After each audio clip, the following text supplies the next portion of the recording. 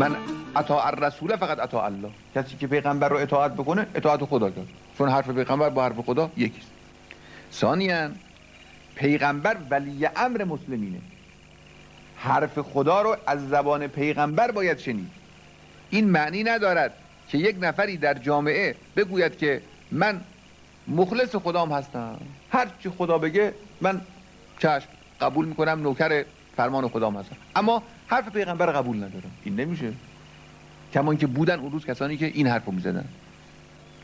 خداوند برای اینکه مجرای امر الهی را مشخص بکند، اینجور نیست که تو خیال کنی که هرچی تو فکر میکنی خوب خدا گفته، هرچی تو فکر میکنی خدا گفته همون خدا گفته.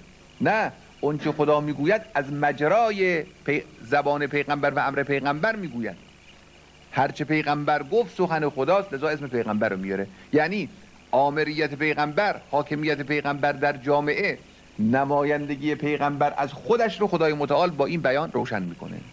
یه جا دیگه هم میفرماید که اطیعوا الله و اطیعوا الرسول و اولی الامر منکم. اولی الامر رو به جای خدا میگذاره، به جای پیغمبر میگذاره.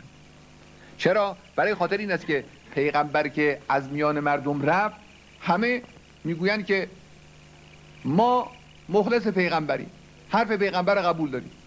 پیغمبر چی میگفت؟ هر کسی به میل خودش از قول پیغمبر چیزی نقل میکنه. هر کسی به میل خود راهی را میرود به ادعای اینکه این راه پیغمبره. توجه میکنید؟ حرف پیغمبر رو تعویل میکنه. لذا برای اینکه چنین وضعی پیش نیاد، اول الامر رو مشخص کردن. و در جامعه های اسلامی اینجوره، امروز هم همینجور.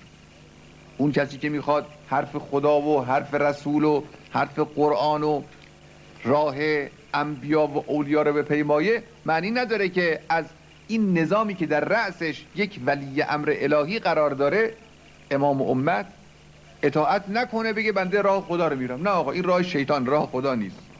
این راه نفس اماره اون شخصی که این کار رو میکنه. اون کسی که میخواهد راه خدا را برود، این راه را باید برود. شاخص و علم اینه. اون کسانی که ادعا میکنن که طرفدار راه خدا هستند اما اطاعت از ولی امر مسلمین نمیکنن و به میل خودشون احکام اسلامی، آیات قرآن، مفاهیم اسلامی رو تعبیر و توجیه میکنن، اونا مثل همون کسانی هستن که در صدر اسلام میگفتن ما نوکر خداییم اما پیغمبر رو قبول نمیکردن. مثل اونا.